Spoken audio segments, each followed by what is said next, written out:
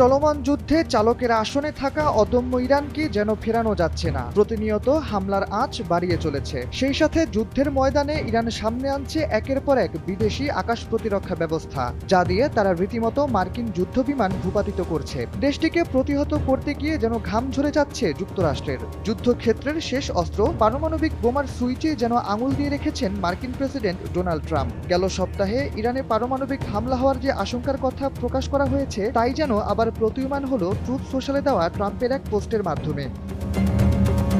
সোমবার সামাজিক যোগাযোগ মাধ্যম ট্রুথ সোশ্যালে দেওয়া এক পোস্টে ট্রাম্প লিখেছেন, মঙ্গলবার রাতে একটি পুরো সভ্যতা চিরতরে বিলুপ্ত হয়ে যেতে পারে, যা হয়তো আর কখনোই আগের অবস্থায় ফিরে আসবে না। মূলত হরমুজ প্রণালী খুলে দেওয়ার জন্য ট্রাম্প ইরানকে যে সময় বেঁধে দিয়েছেন তা শেষ হয়ে আসায় তিনি এমন হুমকি দিয়েছেন।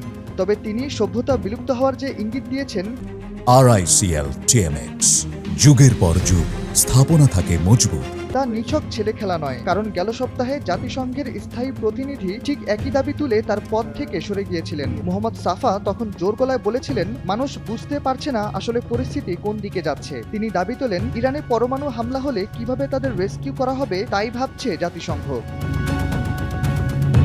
এদিকে বিশ্লেষকরা বলছেন, ট্রাম্পের এমন সভ্যতা বিলুপ্ত করে দেওয়ার হুমকির পর পুরো বিশ্ব এখন এক অনিশ্চয়তা আর উৎকণ্ঠা নিয়ে যুক্তরাষ্ট্রের দিকে তাকিয়ে আছে। তারা বলেন, চলমান যুদ্ধে ইরান, ইসরায়েল ও যুক্তরাষ্ট্রের সংঘাত এবার যেন এক চরম সংঘাতের দিকে মোড় নিতে চলেছে। তবে মার্কিন প্রেসিডেন্ট চান না তেমন কিছু হোক। কারণ পোস্টে তিনি এও জানিয়েছেন, ব্যক্তিগতভাবে এমন ধ্বংসাত্মক কিছু ঘটুক তা তিনি চান না। তবে বর্তমান পরিস্থিতিতে এটি ঘটার সম্ভাবনাই প্রবল। ট্রাম্পের দাবি, ইরানে এখন একটি আমূল শাসনের পরিবর্তন ঘটছে, যেখানে আগের চেয়ে কম কট্টরপন্থী মানসিকতার লোকজন আছে।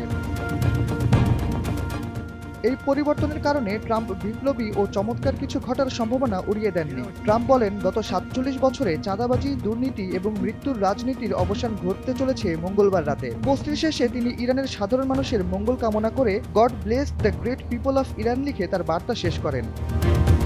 ইরান ইসরায়েল যুদ্ধ পঞ্চম সপ্তাহে গড়িয়েছে। ঠিক এই সময়ে এসে গত বেশ কয়েকদিনে একাধিকবার ট্রুথ সোশ্যালে পোস্ট দিয়েছেন ট্রাম্প। কখনো তিনি ইরানে নরক নামাবেন, তো কখনো হরমুজ প্রণালীতে সামরিক শক্তি বাড়াবেন। যতবারই তিনি ইরানকে বাগে আনতে চেয়েছিলেন, ততবারই ইরান আগের চেয়ে আরো বেশি জ্বলে উঠেছে। এমন অবস্থায় সামরিক বিশ্লেষকদের ভাষ্য, পরমাণু চুক্তি থেকে বের হয়ে গিয়ে যুক্তরাষ্ট্রকে আগেই বুঝিয়ে দিয়েছে ইরান তারা আগত পরিস্থিতির জন্য কতটুকু প্রস্তুত। শাহরিয়ার আহমেদ, NBB।